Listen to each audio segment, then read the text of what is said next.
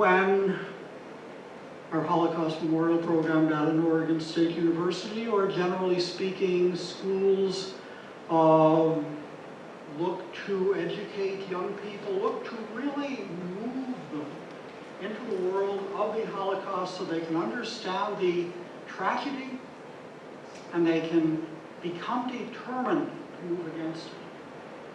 There is no element in the program of engaging them more important than visits by survivors of this period, by survivors of the camps. Bob Peccano has put together some wonderful displays in the back. I hope you will take a look at them before you leave. One of them is dedicated to survivors who have spoken either on the Oregon State University campus or in the public schools in Corvallis. And this is hugely important, the favor that they have given us, the effort and the time that they put into coming to that far country of Corvallis to be with us. And tonight, we are very, very fortunate to have a survivor who has come all the way from that far-off place, Washington, D.C., to be with us. And with this, I'll turn to the very pleasant task of introducing Tom Buergenthal. His parents, both of whom were Jewish, left Germany after Hitler came to power there in 1933, moved to Czechoslovakia, where Tom was born in 1934. During the war, he lived in a Polish ghetto, then was deported to Auschwitz and finally to Sachsenhausen, where he was liberated. In the process, he lost his father, and only after a torturous process was he reunited with his mother. All of this he recounts in his highly acclaimed memoir, A Lucky Child. But as the story continues, the mood changes. He came to the United States in 1951, and he went on to study law at NYU and Harvard. He then embarked on a noteworthy career as a professor of international law, serving as Dean of the Washington College of Law at American University, and successively holding endowed chairs at the University of Texas, Emory, and George Washington University, where he is currently the Loebinger Professor of Comparative Law and Jurisprudence. Throughout, he's maintained a particular interest in the potential for international law to ameliorate human rights abuses, and as he writes in A Lucky Child, my Holocaust experience is never entirely removed from my professional work. Besides his other responsibilities, Buergenthal has served as a judge on various international bodies, including the Inter-American Court of Human Rights, and perhaps most notably, the International Court of Justice between 2000 and 2010. His work on behalf of human rights has been recognized in numerous awards, including the Gruber Prize for Justice. Just last week, he also received the Elie Wiesel Award from the United States Holocaust Memorial Museum, a recognition reserved for, quote, internationally prominent individuals whose actions have advanced the museum's vision of a world where people confront hatred, prevent genocide, and promote human dignity. This said, let me introduce our special guest of this evening, Thomas Buergenthal.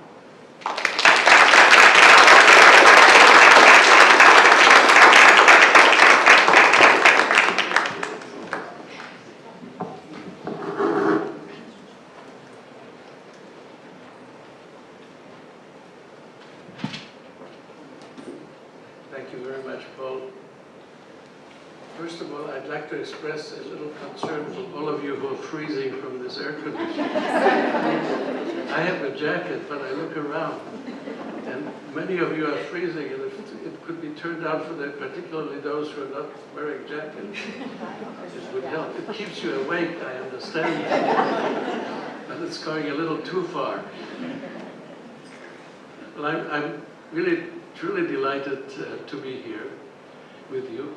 And I must say, I'm also delighted to have heard those who preceded me to talk, and I learned a great deal from the conversation. I should just like to make a little footnote, because there is no such thing as a lawyer and university professor who doesn't add a footnote to something he heard. And what I heard is, I just like to, the discussion about India and Gandhi, and then rights and duties and obligations. One reason many of us have opposed UN resolutions relating to duties is that they've been used mainly by dictators to deal and prevent human rights to be taken seriously. And it's been really used as a defense against human rights protection. So I have always opposed it, and I know many of us have tried not to agree with it, because it sounds great. Obviously, there are duties to the family and everything else, but it defeats so often attempts to really confer human rights on individuals. So much for the footnote. Now, I think you will probably write another footnote that I would love to. That's what happens to us academics. But I really enjoyed all of your talks. So many of us, we are so cloistered that you don't hear these wonderful research that you're doing. So it's made the trip to here worthwhile for me. I often debate, what am I going to talk about? I should say I've really, until I published my book, for the first time, actually it was published in Germany in 2007, because I couldn't get it published in the United States. It was published only 2 years later in the United States, because I was told that Holocaust books don't sell. And this came from many Jewish publishers. And if one thing makes me mad, that always made me mad, and it was the irony of having Germany publish it and having it become a bestseller in Germany, and now actually in Japan and in other places.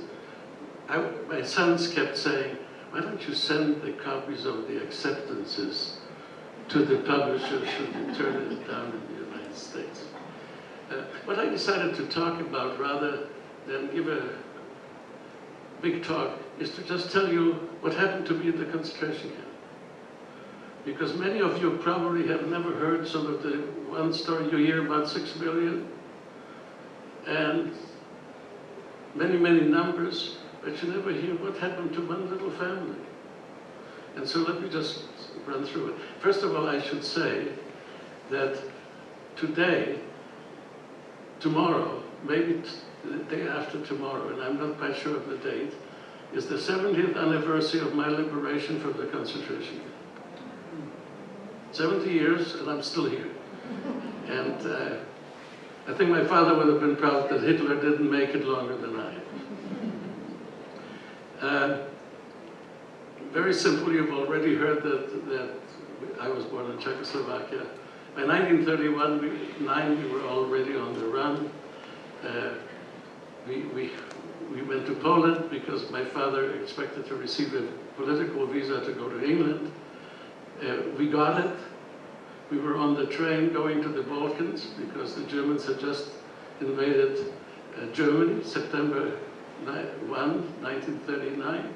The British consul still tried to get us out to the Balkans because there was one way still to go to England. Our train was bombed in Poland, going towards the Balkans. And within 3 days, German tanks met us on the road. Because we left the train, obviously, and that was it. And the strange thing is that at the time when we were met by German tanks, and I could feel, I was a little boy, I could feel my parents afraid. And the first German tank pulled up and said, what are you people doing here? And my mother, my father, speaking the same German that they spoke, said, we are Jews. And they expected the reaction. And he said, don't worry about it, the war's going to be over soon and we're all Germans. That was the beginning. And we thought, now, why are we running? well, the rest came later. We were, from the road, we end up in Kielce in Poland. Shortly thereafter, in 1940, the ghetto begins. We were in the ghetto until 1942. The ghetto is liquidated. My grandparents, who my father managed actually to get out of the ghetto of Warsaw to be with us, end up in Treblinka. My father, mother, and I escaped the liquidation of the ghetto. We are put into another camp where we stay for another year, a smaller ghetto, a work camp. A year later, in 1943 to 44, we end up in a factory manufacturing carts, wooden carts for German troops going to fight on the Russian front. And in 1944, we end up on the trip to Auschwitz. I should tell you that one of my jobs in the last work camp in the factory, which was run by a civilian German, was to be his errand boy. And I, for the first time, learned to memorize, because I was charged by my father to sit outside the door of that German director and listen to the news he was listening to, and then report fully to my parents. So it's a great exercise to become a professor afterwards.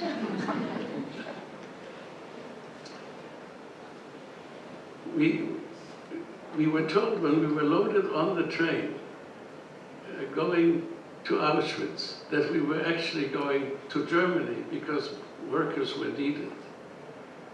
And even though we'd heard all of the stories about what was going on, and I reflect on that in terms of the experience of my parents, we said, oh, we're going to Germany. They're not sending us to Treblinka, but sending us to Auschwitz. Relax, people. And for a while, the train went in the direction of Germany. And my father, who knew this area very well, said, for a while we're actually going to Germany.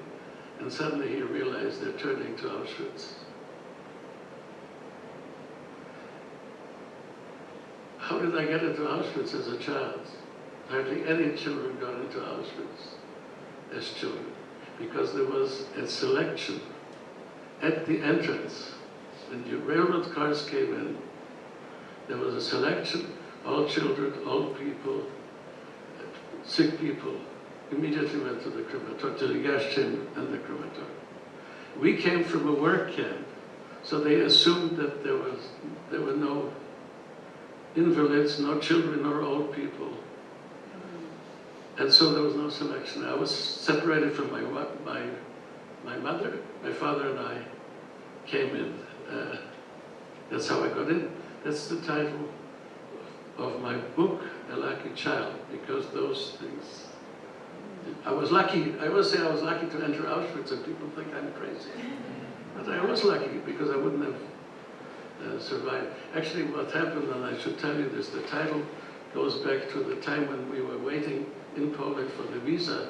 My mother was talked into going to a fortune teller by a friend, and my mother was still very young at the time, and the fortune teller says, terrible things are going to happen to you, which at that time you really didn't need a fortune teller to tell you that. But then she said, you have a child who is a very lucky child, in German, ein Glückskind, which has a special meaning, the word German. It's a little more than just a lucky child. And my mother, all of the years that we were separated, always believed the fortune teller. But she said, no, that's a lot of hocus pocus. But the reality is she believed it, and it sustained her. She searched for 2 years after the war. She searched for me until I was finally found.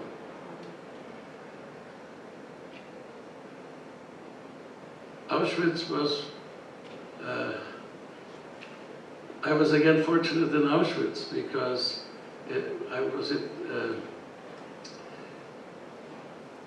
hired by a friend of my father who had gotten there 2 years earlier and became a capo to be his errand boy. And this way they figured I'd have some protection if I am seeing him walking around. And I moved from the gypsy camp. There was a gypsy camp, you may have heard about the gypsy camp. It was called the gypsy camp because whole families, thousands of gypsies were there until about 3 days before, when they were all killed and we came in, the new transport came into the gypsy camps. I was there for a while. Then we were moved to D camp, where the training that I received from my father was always, when they count you, they would come in, they would count us every morning, and it's always the same thing. They would first count, and then they would make a selection. And the trick for me was to stand right very close to the barrack door. When the count was done, go and hide. So I was never caught in any selection until the end, when I was actually, we were totally surprised, my father surprised, that we were taken to one place where we didn't think it was going to be a selection. And suddenly we found that they were selecting people to leave the camp and the rest to end up in the gas chamber. And my father going one way and I'm going the other way.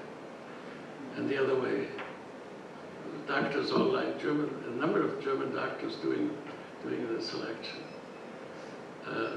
There I had sort of the first experience as a child, and I don't think many children have that experience, of suddenly realizing I'm going to die, and feeling totally relaxed about it. Because I had tried 3 times to escape from there, and 3 times I was caught and beaten a little bit and brought back in. And at that point I figured there was no way out.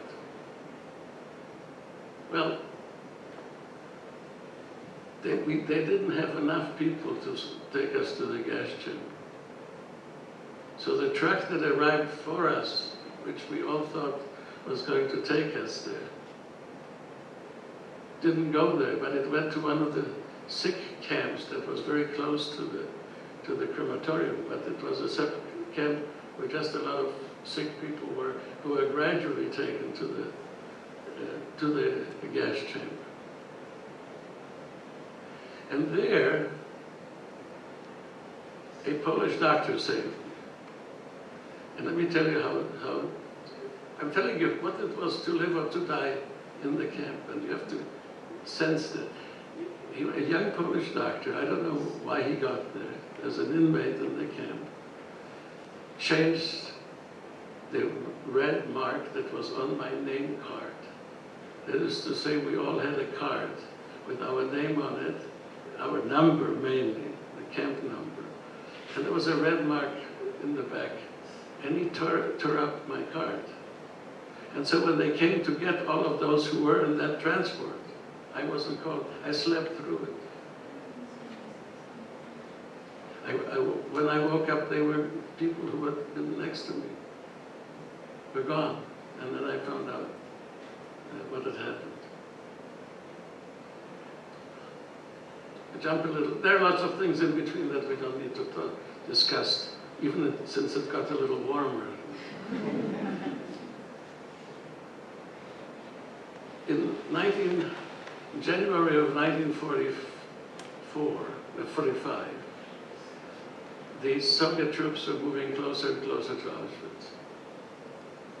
The Germans decided, imagine, January 1945, the war was over, April, May. They're still trying to get us out because Germany needed workers, supposedly. So we embarked on the famous or infamous death march out of Auschwitz. 3 days of walking in January of 1945 in the terrible, terrible winter. And then about 10 days in trains, because the trains had to go via Czechoslovakia, because of so many rail connections were already not working anymore for the Germans. 3 days in snow and ice, such snow and ice that I had forgotten really until my wife and mine went back to Auschwitz in January because a British reporter wanted to talk to me and to bring back the memory of that. I was dressed in a heavy, heavy coat, freezing. And in that march, I had a little sort of prison garb and a blanket. And survived. Why? The fortune teller was right.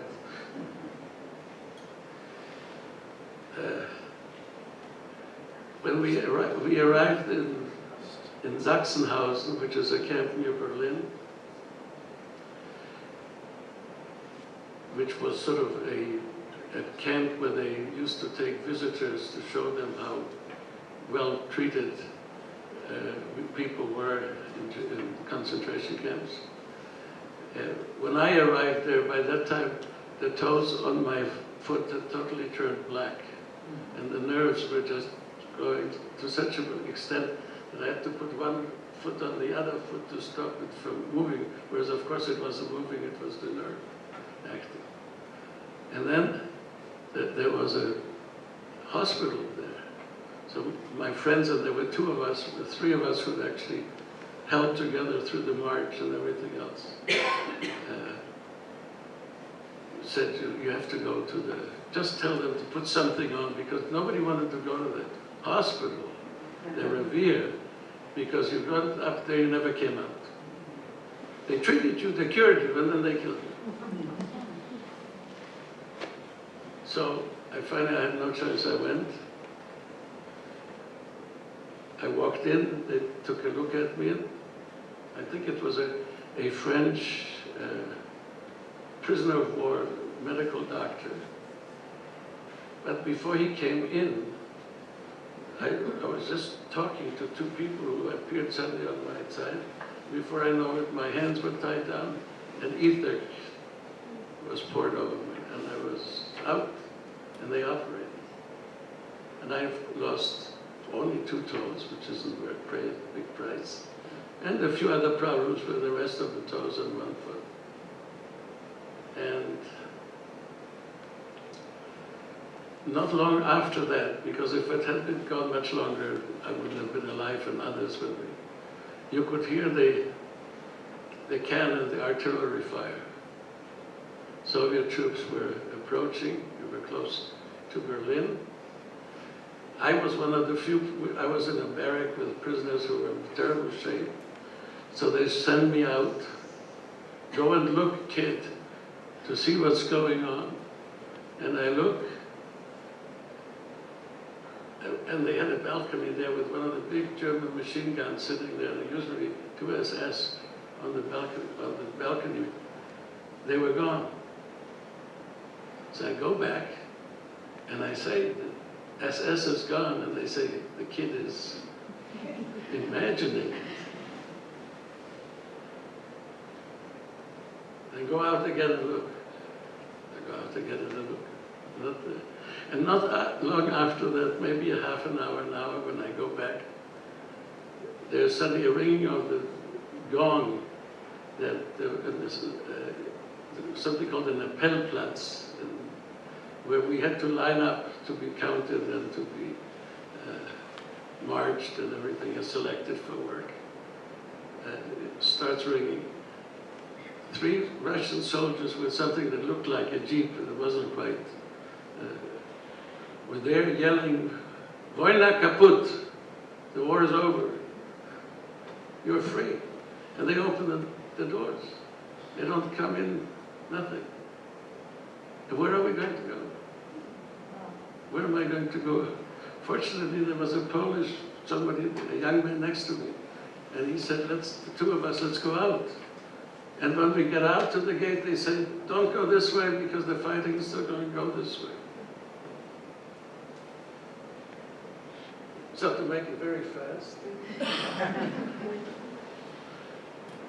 we march, we walk, and we meet a lot of prisoners along the way.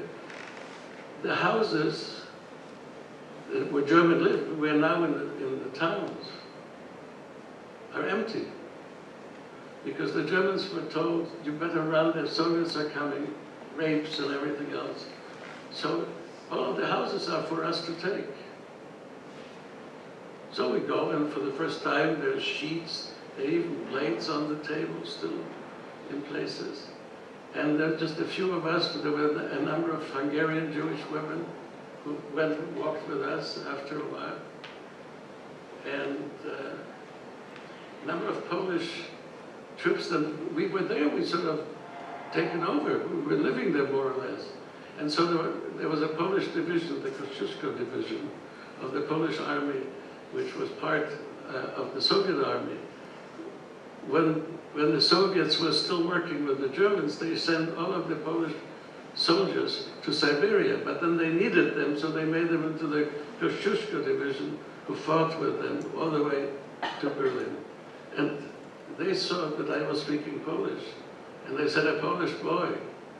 And I wasn't going to tell them I wasn't.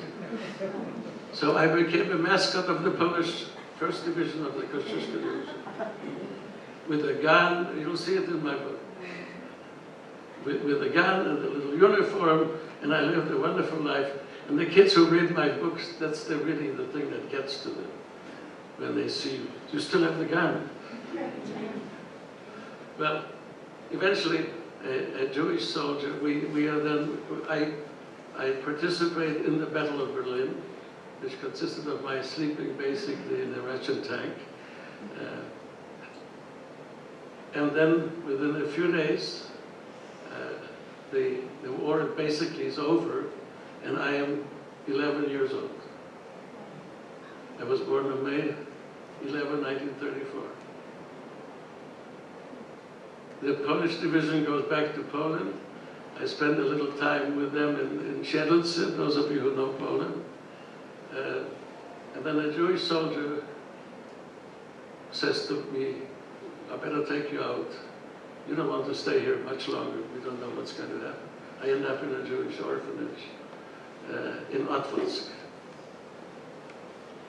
So in a sense, my talk is over because I was only supposed to speak about the Holocaust. My experience in the Holocaust. Well, it took basically almost 2 years after more than 2 years after my mother and I were separated, that I was found. And I've only recently, believe it or not, found the documents of my mother's search for me. Unbelievable trove of documents. She managed to mobilize organizations, the British military, the Polish Red Cross, the Swiss organization, all of those, until eventually my uncle in the United States. It all came together, and then a man sitting at a desk in Israel, in then Palestine, looking at a name of a mother in Germany, looking for her child, and the child on a list from the orphanage to go to Palestine. And he puts it together. Why don't I stop here?